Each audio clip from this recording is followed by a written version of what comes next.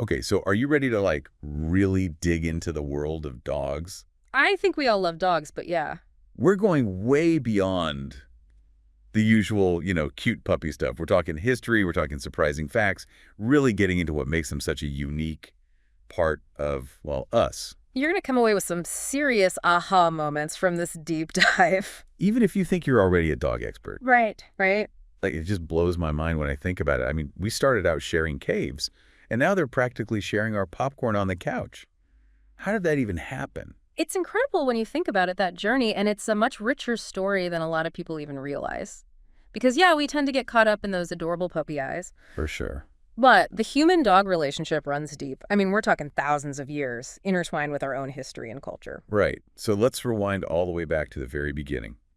Did you know that dogs were domesticated over 15,000 years ago? That's even before humans were farming. Before agriculture. Whoa. That's crazy. It really is. And honestly, that's a really crucial detail to remember.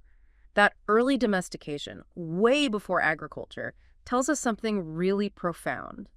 The connection between humans and dogs, it was strong from the very get-go. Not just like, oh, we live near each other kind of thing. Exactly. It was deeper than that. We were depending on each other right from the start for survival. And we see that partnership in those ancient cave paintings, right? Yeah. It's not just like cute dog art. Right. They were documenting dogs as partners, Right. like hunting partners. Exactly. And it's actually fascinating to see how that partnership, it kind of evolved. When you start looking at these cave paintings, I mean, from different regions, you start noticing variations in the dogs even back then. Oh, interesting. Like some are super lean, clearly built for speed, probably help chase down prey, right? Yeah, makes sense. Others are stockier, which makes you think more guarding settlements or maybe even hauling stuff around. It's like looking at the early prototypes of the working breeds that we know and love today, right? Exactly. The sheepdogs, the sled dog. I mean, even think about like those highly trained search and rescue dogs.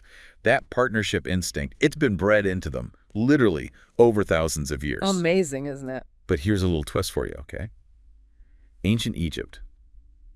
Everyone always thinks cats, right? Oh, absolutely. I mean, which is fair. They were obsessed. Yeah, they were obsessed with cats. Cats held a very, very special status in ancient Egypt.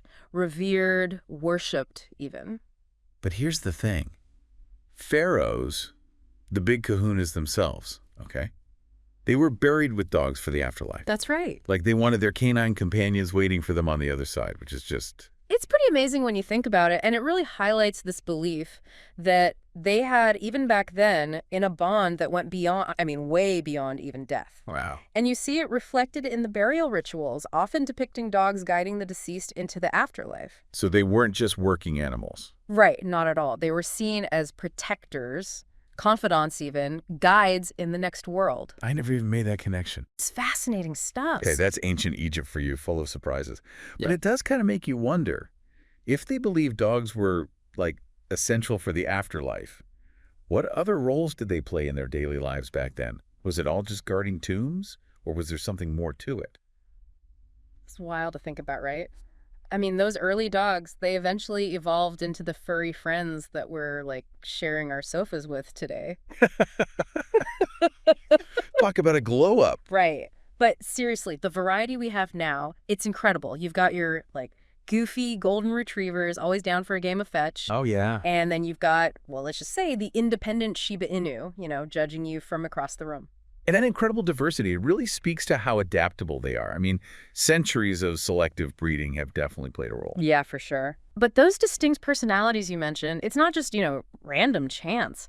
A lot of it actually comes down to their brains, which, fascinatingly enough, have evolved right alongside humans for thousands of years. Did you know that researchers think border collies can understand over 1,000 words? 1,000 words. Get out of here. My dog acts like he's forgotten his own name if I'm even holding a treat, let alone 1,000 words. How do they even measure something like that? Well, they use a bunch of different techniques, like they'll train a dog to retrieve specific objects, and then they introduce new objects, new commands, and they see how well they can generalize, put two and two together. Okay, yeah. And some dogs, like those border collies, they consistently show that they get it. They understand a crazy number of hertz and what those words mean. Wow, that's amazing. It is pretty mind-blowing. I guess it makes sense though, right? They've had, like, a lot of time to figure us humans out. That's right. But I've also noticed, like, it's not always about obedience, is it? My dog, I mean, he definitely understands the word stay. He just, chooses to ignore it when he feels like it. I think every dog owner out there can relate to that, but you've hit on a really important point, which is that understanding and obedience, they're not always the same thing, right? Totally. Just like with us humans. I mean, we can understand something without necessarily agreeing with it or acting on it. True. And dogs, they've got their own motivations, their own preferences, just like us. 100%. Okay, so we've talked about those working partnerships, ancient burial rituals. I mean, clearly dogs have been by our side for a long, long time. Since the very beginning, almost. Practically.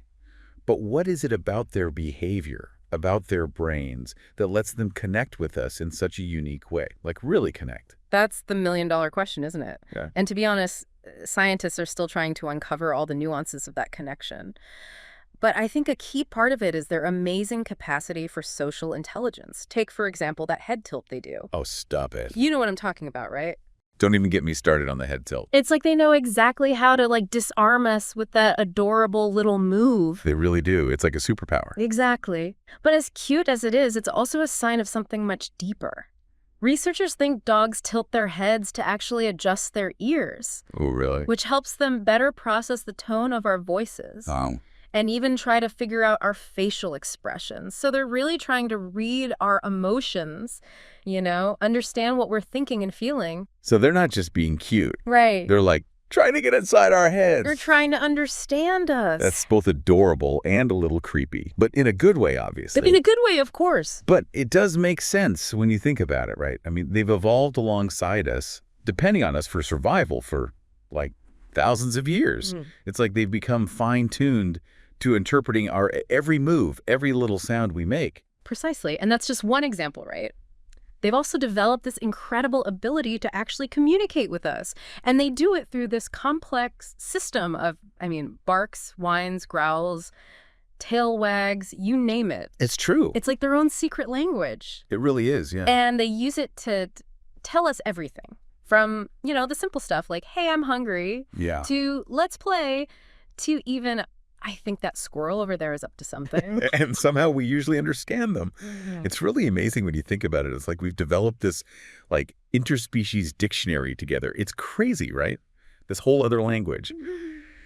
But speaking of communication, have you ever noticed, your dog twitching in their sleep? Yeah. Or maybe even whimpering a little. Yeah. It's like they're having some kind of, doggy dream. Yeah. Is that actually a thing? Oh, they absolutely dream. Just like us, dogs experience REM sleep, that deep sleep phase where our brains are super active. Right, right. And those twitches and noises you're talking about, that's probably your dog chasing squirrels in dreamland. Well, or maybe even reliving that big game of fetch from earlier. So cute. Maybe they are dreaming about second breakfast after all. See, this is what I love about dogs, always full of surprises. Did you know there's actually a breed of dog that doesn't even bark? The Basenji? The what? The Basenji. Yeah. They're pretty special. Instead of a bark, they make this kind of yodeling sound. Wait, seriously? They yodel? Yeah, some people even say it sounds like a chortle. A yodeling dog. I love it. That's incredible. I can just imagine trying to explain that one to the neighbors. No, really? That's not a weird bird. That's my dog. He yodels. But when you think about how ingrained dogs are in our lives, it goes way beyond barking or yodeling. Think about it, all the iconic movie dogs we grew up with. Oh, for sure. Lassie, Lassic. Beethoven, even those hilarious Dalmatians. Dogs have become cultural icons, haven't they? They represent loyalty, companionship, adventure. We see it everywhere, from classic books to those memes everyone's sharing. Oh, totally. Even royalty can't resist. Exactly. The Queen's corgis, they were like celebrities.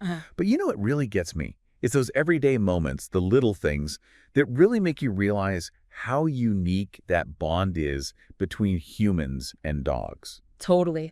You come home after a crazy long day, and your dog is just, over the moon to see you, tail wagging, showering you with, those sloppy doggy kisses. He's best. And it's like all the stress just melts away. It's so true. And there's actually a scientific reason for that. Spending time with dogs, it's been proven to actually reduce your stress hormones. No way. Yeah, things like cortisol. And it boosts oxytocin, which a lot of people call the cuddle hormone. Wow. Okay, that explains a lot. Suddenly, those puppy dog eyes make way more sense. They're master manipulators. But, beyond, like, the science, the history, all of that, there's just something kind of magical about our connection with dogs, isn't there? I think so too. It's hard to put into words. Maybe it's the, like, totally unconditional love they give you, or the way they can just make you laugh, even when you're having the worst day ever. It's a bond that's been, what, thousands of years in the making? And it really does shape who we are, both individually and as a society. I mean, we've shared our lives with these incredible creatures, Yeah. our homes, Our beds. even our beds, exactly. Oh, don't even get me started on the whole bed battle. Somehow I always end up clinging to the edge of the mattress while my dog's sprawled out like he owns the place. Every night. But honestly, I wouldn't have it any other way. Me neither. It's all part of the adventure. And it just makes you wonder, after 15,000 years of this companionship, what's next for humans and dogs? What does that next chapter look like? Ooh, that's a good question. What will the future hold for this incredible bond? It's a pretty exciting thought, right? So, to everyone listening out there, next time your furry best friend greets you with that wagging tail and that heart full of, like, pure, unconditional love, just take a second. Think about the amazing journey that led you to that moment. It's pretty incredible. It's a story thousands of years in the making. And it's still unfolding, with every head tilt, every bark, every single sloppy kiss. I love it. This has been an amazing deep dive, and until next time, keep exploring, keep learning, and keep diving